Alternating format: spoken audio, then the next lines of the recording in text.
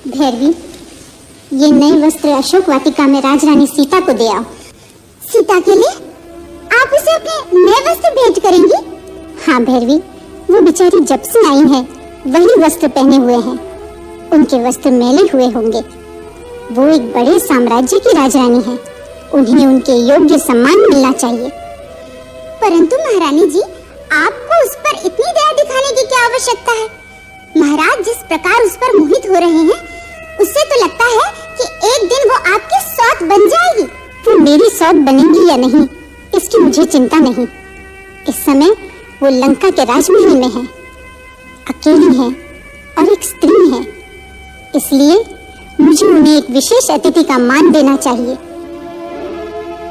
एक सभ्य गृहिणी का यही कर्तव्य है कि घर में आई हुई स्त्री की आवश्यकताओं का ध्यान रखे। परंतु महारानी जी, अधिक तर्क करने की आवश्यकता नहीं। जाओ, उन्हें ये वस्त्र मेरी ओर से भेंट करो और उन्हें ये भी आश्वासन देना कि यदि उन्हें और किसी वस्तु की आवश्यकता हो तो बिना किसी भी संकोच के मुझे संदेशा भेज सकती हैं। जाओ।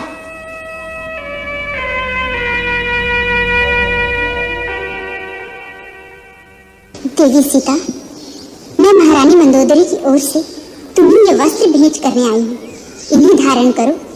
उन्होंने ये भी कहा है कि एक स्त्री होने के नाते उन्हें अपना मित्र समझो और जिस वस्तु की भी आवश्यकता हो निसंकोच कह भेजो। वो हर प्रकार से आपका आतिथ्य करेंगी। इस आतिथ्य के लिए महारानी मंदोदरी को मेरा धन्यवाद कहना। परंतु ये वस्त्र वापस ले जाओ, मुझे इसकी आवश्यकता नहीं है। आवश्यकता तो होगी, आपके पुराने वस्त्र मलिन हो चुके हैं। नहीं, ये माता अनुसुईया के दिए हुए दिव्य वस्त्र हैं।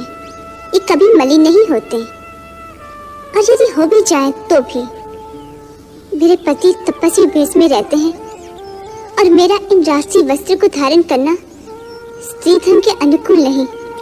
धन्य है। मेरी ओर से एक बात और अपनी महारानी से कहना कि मुझे उनके अनिष्ट की कामना नहीं, इसलिए उनके हित में यही है कि वे अपने पति को समझा बुझाकर किसी प्रकार मुझे अपने स्वामी के पास भेज दे। संभव है कि दयालु रघुवर उन्हें क्षमा भी कर दे, अन्यथा मेरे वीर पति और देवर के पहने बाणों से लंका का सर्वनाश निश्चित है। धन्य है वो आर्य कन्या। उनकी बात सुनकर मुझे डर लगने लगा है भैरवी। ऐसी एकनिष्ठ पतिव्रता पर हाथ डालकर महाराज ने घोर पाप किया है।